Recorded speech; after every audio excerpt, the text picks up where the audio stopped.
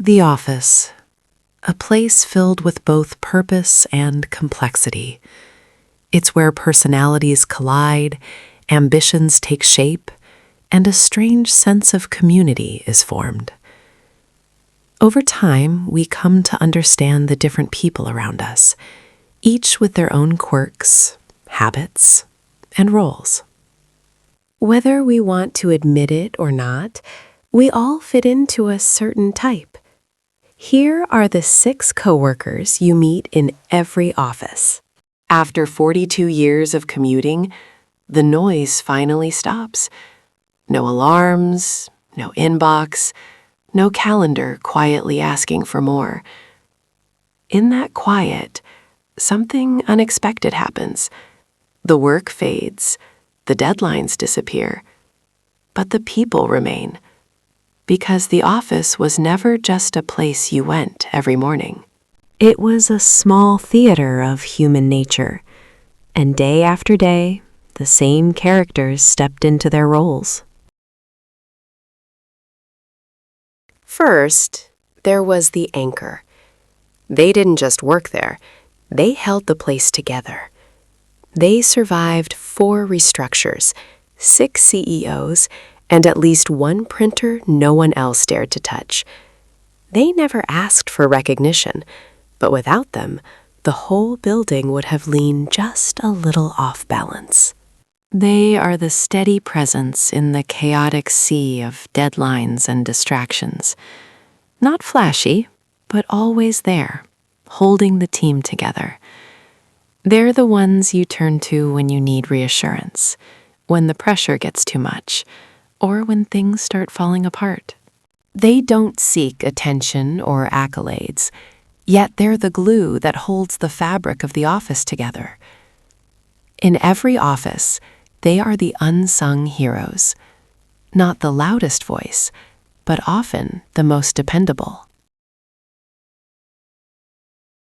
Then came the rising star. They arrived believing the world could be changed by Tuesday afternoon. We smiled at their energy, sometimes kindly, sometimes wearily, but their fire mattered. They reminded us of who we used to be, before experience taught us otherwise. Brimming with energy, optimism, and the kind of ambition that promises to take them far. They're always pushing for more, striving for greatness. Every task they take on is done with a fervor that makes it hard not to take notice. But with this drive comes the pressure. The expectation to not just succeed, but to excel in everything. The rising star faces a delicate balancing act between ambition and burnout, excitement and self-doubt. Every office has a heart. The social glue remembered birthdays, noticed silences, and asked questions they didn't have to. They cared less about performance metrics and more about people making it through the day intact. They quietly reminded us that we were human first, employees second. They are everywhere. The person who knows what's happening in every department, who has a word for everyone, and somehow remembers everyone's birthday. They are the bridge between personalities, connecting disparate groups, creating bonds that might not otherwise exist. Their energy is contagious, but there's a subtle cost to this constant need to connect. Sometimes the very act of holding everything together leaves them with nothing left for themselves.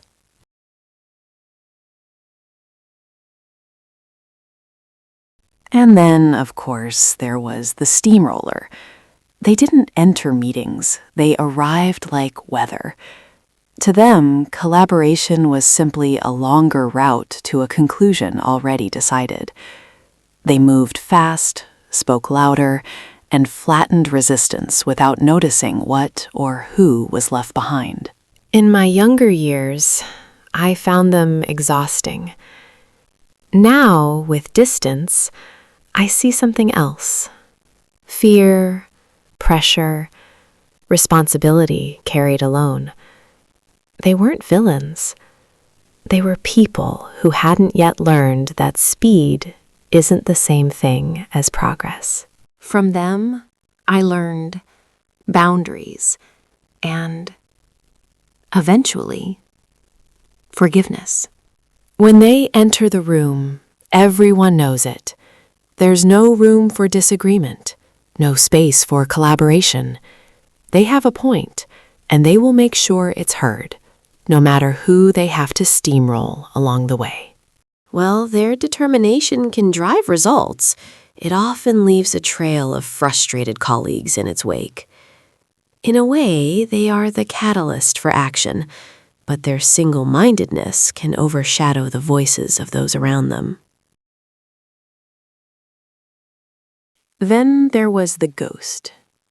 They skipped the politics, avoided the spotlight, and spoke only when necessary. You might not know their weekend plans, or even their last name, but when 5 o'clock arrived, their work was always there. Finished.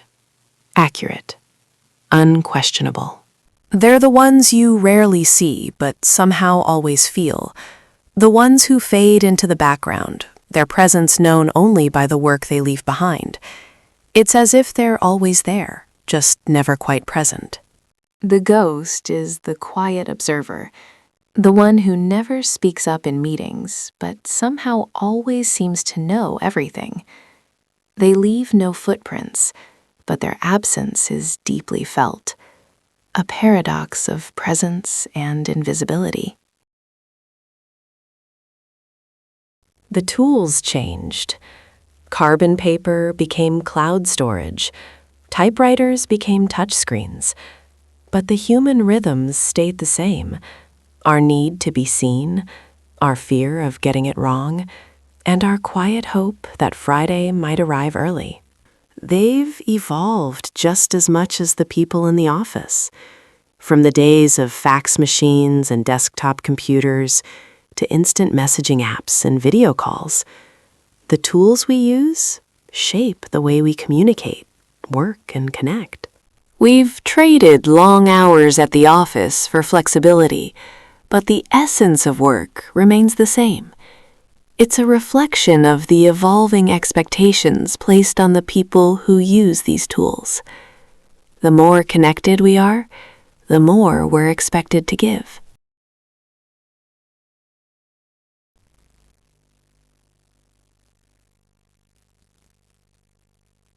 The break room was neutral ground.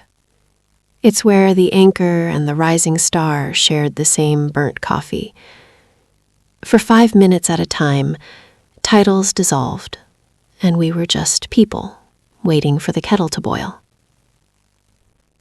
The one place in the office where conversations flow freely. There's a shared language that's formed here. Inside jokes, stories, frustrations. In this small space, people share what they can't say in meetings. It's here, between bites of lunch and sips of coffee, that real connections are made. These are the moments that build trust, that create alliances, and sometimes unspoken rivalries. When things went wrong, and they always did, these archetypes became a team. The anchor stayed steady. The star worked late. The glue brought snacks. The steamroller pushed forward. And the ghost quietly fixed what everyone else couldn't.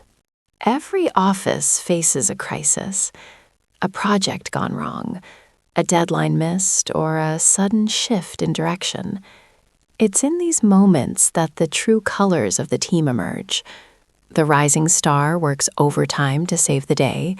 The social glue keeps everyone calm. And the steamroller pushes ahead, full speed. The crisis bonds us. For a brief moment, the office becomes more than just a workplace. It becomes a shared struggle, a collective effort. It is in these moments of chaos that we are reminded of why we come together. The cubicle. It's more than just a place to work. It's where we spend hours alone with our thoughts, our goals, our frustrations. It's in these small spaces that we learn about ourselves, about our patience, our limitations, our ambitions. In the cubicle, we discover the quiet truths about who we are when no one is watching. If I could go back, I'd tell myself to look closer. Your coworkers are the crowd you didn't choose, but they are the ones who witness your life, day after day, in ways few others ever will. The empty chair. It's a symbol of someone who's no longer there. Maybe they left the company, or maybe they just disappeared. But their absence is felt by everyone.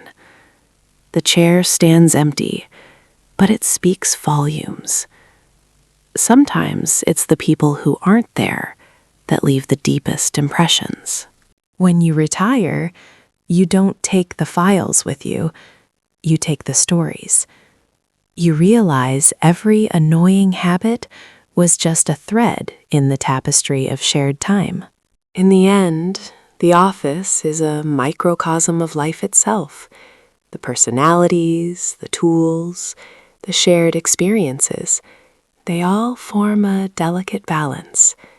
And just as we can never truly escape the people around us, we can never quite escape ourselves.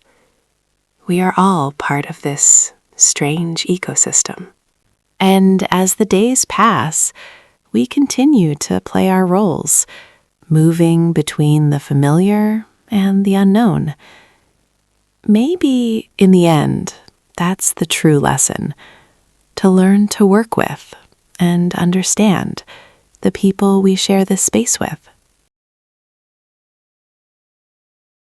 The office, a place where we learn who we are and who we are becoming.